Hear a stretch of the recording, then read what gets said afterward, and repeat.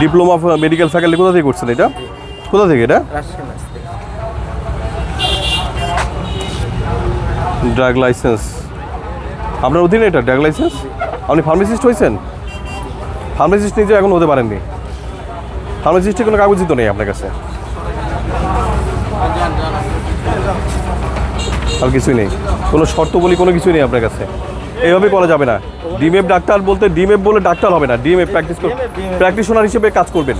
আর doctor লেখা এটা হচ্ছে বড় ধরনের অন্যায়। গ্রামের সাধারণ মানুষ থাকে, এই ধরনের সাধারণ মানুষের সাথে প্রতারণা করা হয়, 44 ধারায় মিথ্যা বিজ্ঞাপনের প্রতারণা করা হয় এটা।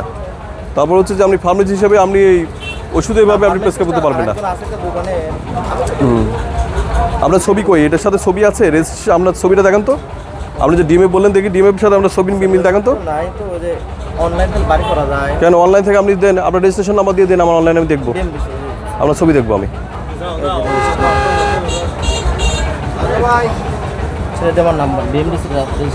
হ্যাঁ ওইটা করেন, ওইখানে দেন, আপনি সেটা দেখান আমাকে। আমার ছবি তোলা কীভাবে যেন বাড়ি করে যায় এটা আমি বুঝতে পারি না।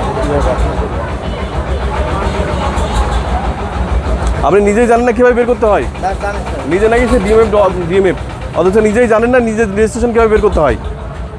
অনলাইন সম্পর্কে অনলাইনে জানেন না, আপনি তো নিজে ডিএমএফও না। আপনি যে ডিএমএফ আর কোনো রকম ছবি টবি আছে আপনার সাথে? আপনার রেজিস্ট্রেশন নাম্বার আছে?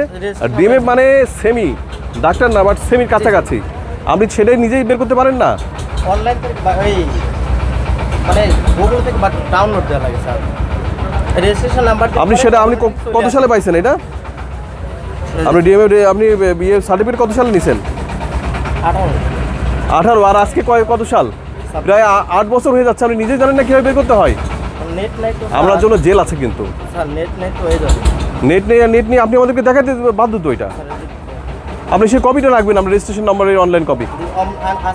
আপনাকে 50 টাকা অর্থদণ্ড করলাম। স্যার আমার মেশিনটা স্যার আমরা এখন বন্ধ করে দিচ্ছি, দোকানটা সেল করেন না স্যার, আমরা মেশিন বন্ধ করে দিচ্ছি। মেশিন এখন বন্ধ করবেন? আমাকে তাহলে একটা দস্তখত দেন যে মেশিন ব্যবহার হবে না। দস্তখত দিয়ে আমি দস্তখত এখনই নিয়ে যাবো, আর জরিমানা পরিশোধ করবেন। আমাকে এখনই দস্তখত দিবেন। জরিমানা আরও 10,000 টাকা বানালাম, 30,000 টাকা। আর দস্তখত লিখবেন যান। আমি এটা যদি করবো না, যদি না হয় আমাকে দস্তখত দিবেন, এটা করবেন। আমি প্রকাশ্য বলে যাবো এটা পেট্রোল এখানে বিক্রি হবে না, ঠিক আছে? পেট্রোল করা যাবে না। দেখেন